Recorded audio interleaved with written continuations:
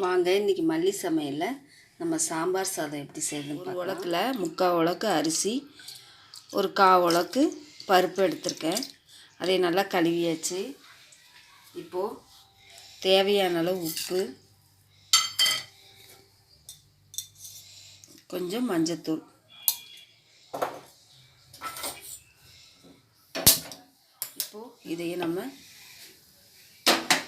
இப்போது இதையே நம்ம 3 விசில் விட்டுடலாங்க.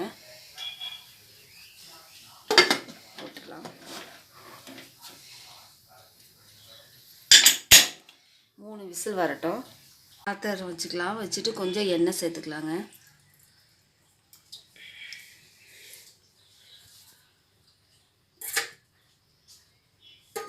எண்ணெய் காயட்டும்.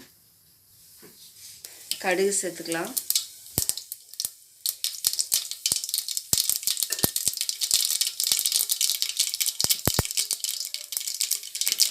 கொஞ்சம் சீரகம், கொஞ்சம் கருவேப்பிலை,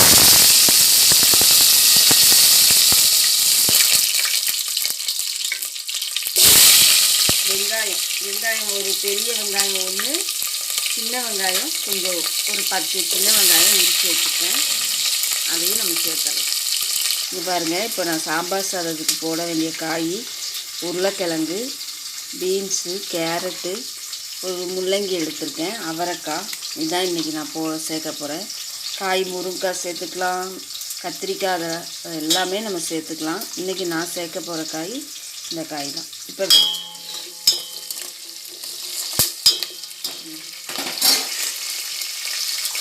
நம்ம தக்காளியை சேர்த்துடலாம். 2 தக்காளி,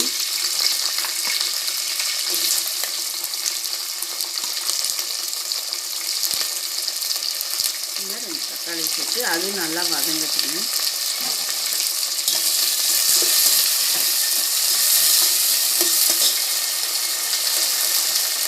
நம்ம ஆல்ரெடி சாப்பாட்டுக்கு உப்பு சேர்த்துருக்கோம், அதனால் கொஞ்சம் கம்மியாக சேர்த்துக்கோம். இது நல்லா வதங்கட்டுங்க. பாருங்கள், நம்ம வெட்டி வச்ச காயை சேர்த்துடலாம். சேர்த்து இதை நல்லா நம்ம வதக்கி விட்டுக்கலாம்.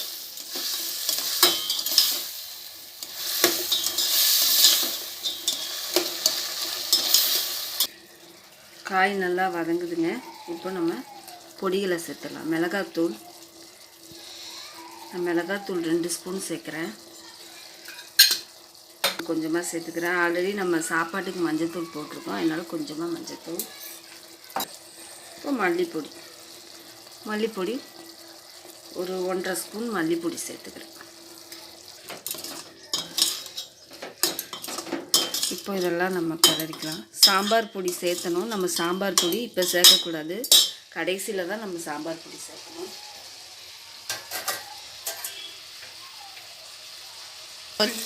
இப்போ நம்ம தண்ணி சேர்த்துடலாங்க. இந்த காய் வேகிறதுக்கு தண்ணி, காய் நல்லா வேகட்டும். பாருங்கள், தண்ணி கொஞ்சம் எச்சாவே சேர்த்துக்கோங்க. ஏன்னா இது சாம்பார் சாதம், நம்ம சாப்பாடு போடும்போது நல்லா இழுக்கும் தண்ணி. அதனால் இப்போ நல்லா நிறைய தண்ணி சேர்த்துருக்கேன். நல்லா கொதித்து காய் வெந்து வரட்டும். பாருங்கள், 3 விசில் வந்துருச்சு. எப்படி இருக்குன்னு பார்க்கலாம். பாருங்கள், சாப்பாடு வெந்து வந்திருக்கு, பருப்பு எல்லாம் வெந்துருச்சு. இப்போ இதை நம்ம தனியாக எடுத்து வச்சுக்கலாம். காயெல்லாம் நல்லா வெந்துருச்சு. இப்போ நம்ம இந்த வேக வச்ச சாப்பாடை சேர்த்துக்கலாம்.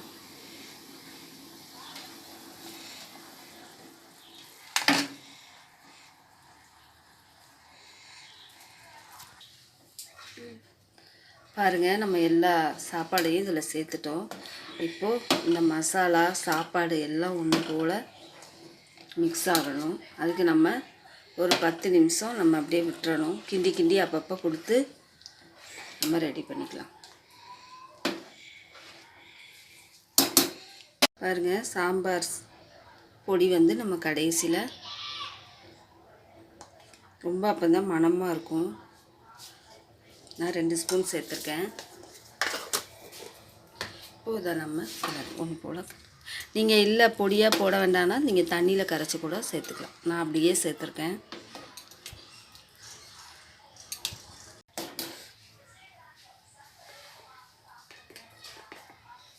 கொஞ்சம் பெருங்காயம் போட்டுடலாம். போட்டு நல்லா நம்ம மிக்ஸ் பண்ணிக்கலாம். ரெடி ஆயிடுச்சு. இப்போ நம்ம இதில் தாளித்து விட்டுருலாம். கொஞ்சம் எண்ணெய் சேர்த்துக்கலாங்க, கொஞ்சமாக சேர்த்துக்கலாம். நீங்கள் நெய்யை விட்டு தாளிக்கிறனாலும் தாளிக்கலாம். பாருங்கள், கொஞ்சம் எண்ணெய் கொஞ்சம் நெய் சேர்த்துருக்கேன்.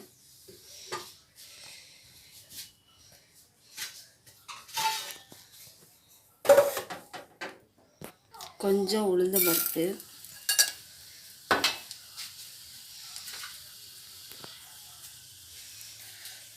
கொஞ்சம் கருவேப்பிலை,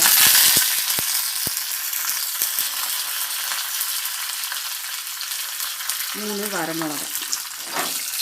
இதை நம்ம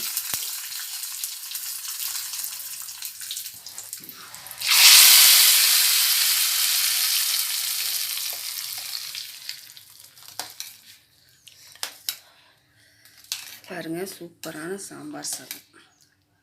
சாம்பார் சாதம் ரெடி ஆயிடுச்சு. இப்போது இதில் கொஞ்சம் மல்லித்தழை தூக்கலாம்.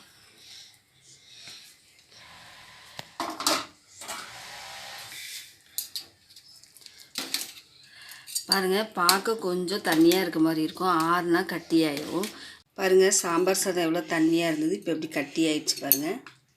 அதுதான் கொஞ்சம் நம்ம லைட்டாக தண்ணியாக வச்சோம்னா இருக்க இருக்க நல்லா இறுகிடும். அப்போது நம்ம சூடாக வச்சு அது மேலே நல்லா நெய் விட்டு சாப்பிடும்போது வேறு லெவலாக இருக்கும். சுவையான நம்ம வீட்டு சாம்பார் சாதம் ரெடி. இப்போ பாருங்கள், இதுக்கு நம்ம அப்பளம் பொரித்து சாப்பிட போகிறோம். இது சாம்பார் சாதம் சூடாக வச்சு மேலே நெய் விட்டு அப்பளத்தை வச்சு சாப்பிட்டோன்னா வேறு லெவலுங்க. நம்ம சேனலுக்கு லைக் பண்ணுங்கள், ஷேர் பண்ணுங்கள், மறக்காமல் சப்ஸ்கிரைப் பண்ணுங்கள்.